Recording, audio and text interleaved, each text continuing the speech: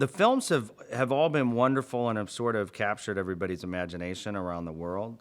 What we tried to do on this movie in particular was make a movie where the Chipmunks felt a little bit more like adolescence, because the story is a little bit about finding your way, getting out on your own. And so what we tried to do is set out to make a movie adults would love and kids would also enjoy.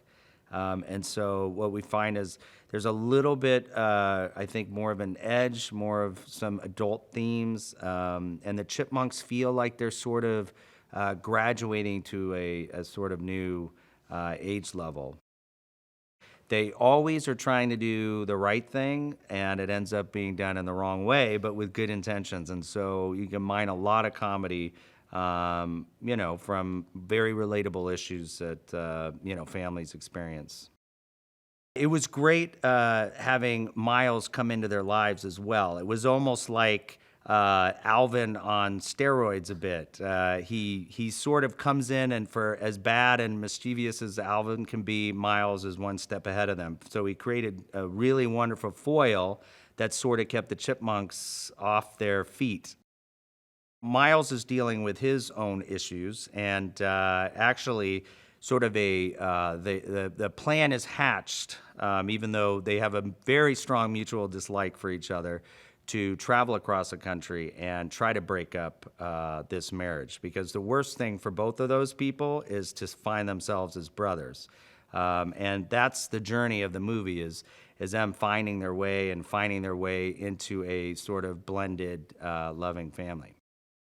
It's a great adventure because we start in LA, and the Chipmunks and Miles end up causing a little havoc on an airplane that has to get grounded in Texas. So we find ourselves in the middle of the country, and then they've got to take planes, trains, buses over to New Orleans, and they find themselves in this beautiful delta, and then on their way to Miami when they finally get there to try to ruin the proposal.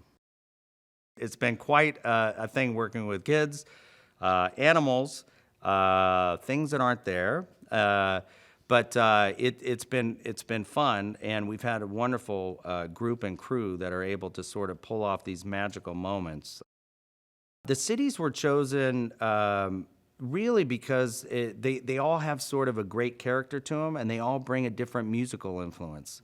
So with Austin, Texas, we wanted to sort of create this great modern but hip country vibe. New Orleans is that great old South and jazz and blues and funk. And then Miami, of course, has got this wonderful, great Latin flair. And so taking them through that journey gave us a lot of different options, musically, scenically, and it felt like they all brought something to the party.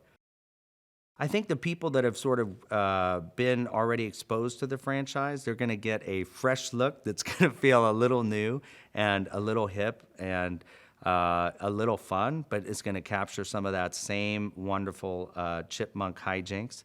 For new people to the genre, I think they are going to come out going, wow, I would have watched that even without the kids. And that's sort of what our hope is. We feel like this story at this time, really, what we're trying to do is take this movie on a whole another trajectory and turn the dial just a little bit on the franchise.